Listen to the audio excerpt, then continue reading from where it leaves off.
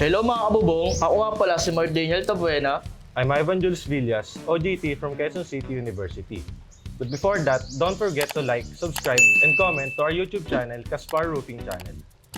Ito nga pala isang PE foam insulation with foil on both sides.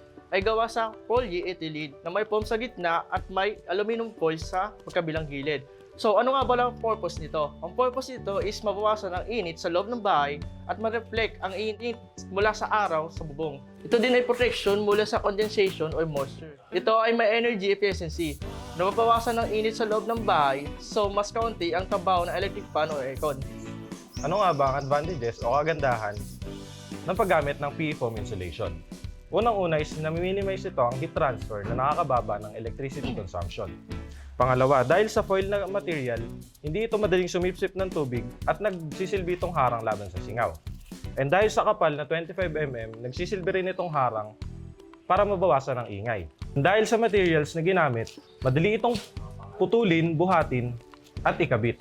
And safe ito dahil ang materials na ginamit ay hindi nakakalason. Please visit www.casparroofing.ph And Caspar Roofing Incorporated in our Facebook page. If you want strong, And durable, built to last, all you have to do is raise the roof. Cause